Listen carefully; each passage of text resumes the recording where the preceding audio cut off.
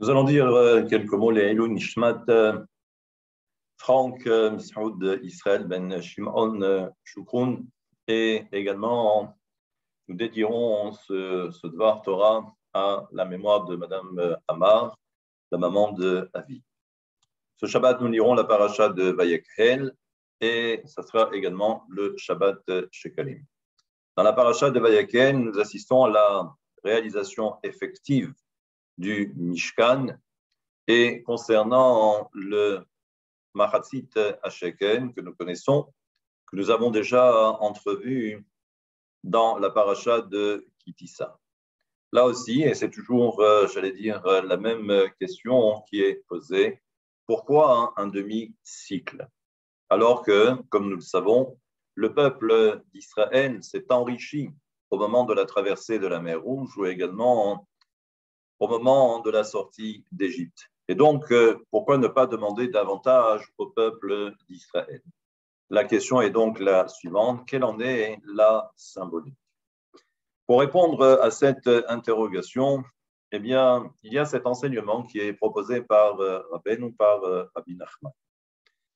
Dans la Torah 64, au tout début, Rabbeinu nous fait référence à la création de l'univers. Autrement dit, la genèse. Au tout début, il nous fait remarquer qu'il n'y avait que la lumière du Ein Sof.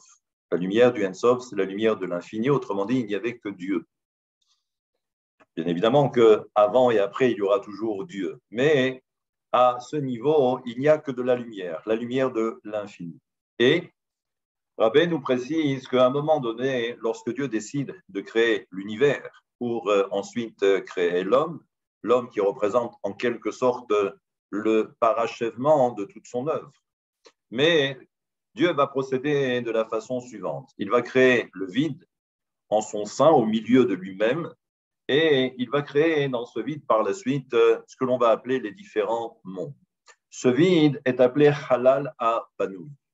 Maintenant, ce que nous fait remarquer donc Rabbeinu, c'est que si au départ, il n'y avait que de la lumière, et on a créé cet espace vide, il faut comprendre que la lumière qui était à l'origine sur cet endroit que l'on va appeler par la suite l'espace vide, eh bien, qu'est-ce que fait Akadosh Baruch Hu? Il va séparer cette lumière en deux.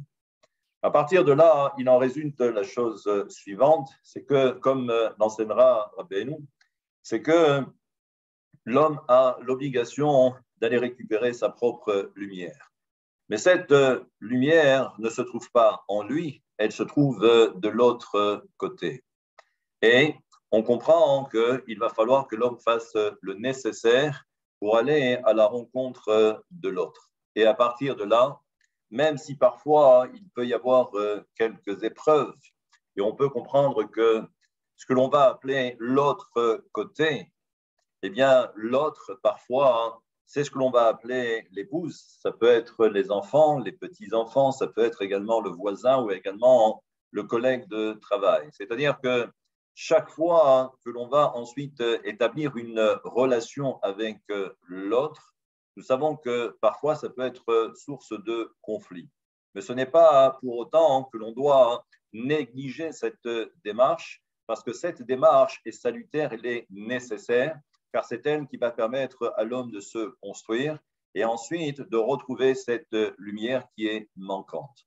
Je rappellerai que l'homme est toujours en devenir, et ça veut dire que l'homme est toujours incomplet. On comprend maintenant, grâce à cet enseignement de Rabbeinu, que cette notion du Mahatzit Shekel, ce demi-cycle, c'est pour signifier, c'est comme pour enseigner au peuple d'Israël qu'on est toujours à la moitié de quelque chose. Et la seule façon d'atteindre notre objectif et de connaître cette notion de plénitude ou de complétude, c'est lorsque l'on est capable justement d'établir cette relation avec autrui.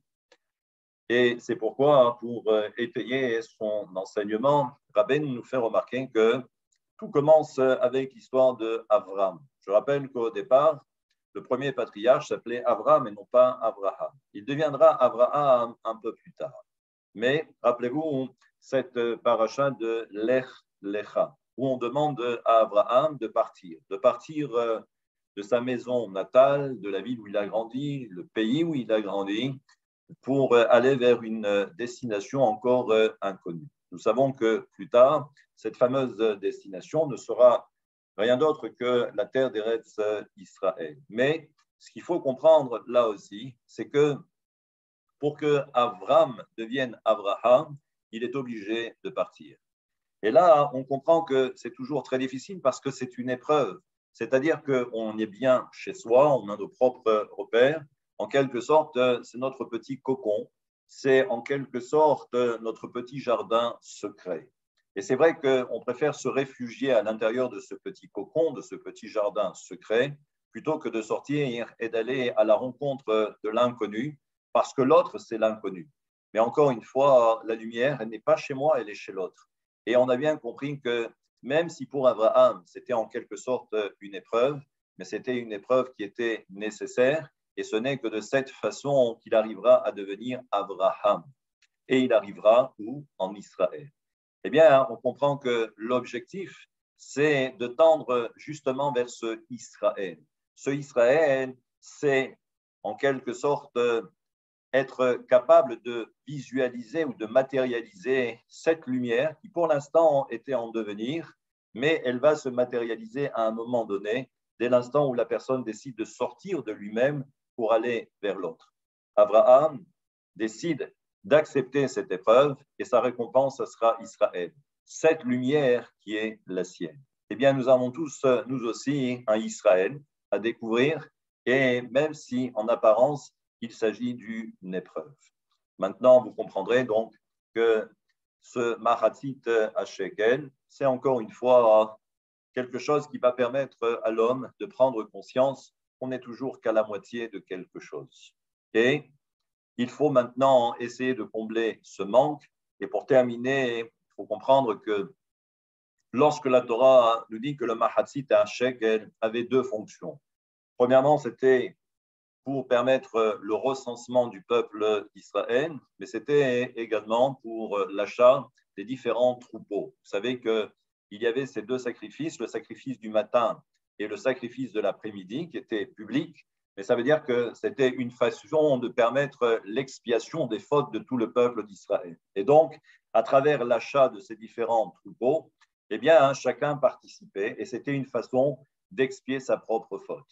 Et là, ça, c'est l'explication traditionnelle, mais nous savons que le mot « het », qui veut dire la faute, la transgression, peut avoir également une autre signification, c'est la notion du manque. Eh bien, on comprend que la véritable transgression, c'est lorsqu'on ne prend pas conscience de cette réalité. L'homme ne peut pas rester chez lui, il est obligé d'aller au-devant des autres. À partir de là, ce n'est que de cette façon qu'il arrivera à combler ce manque.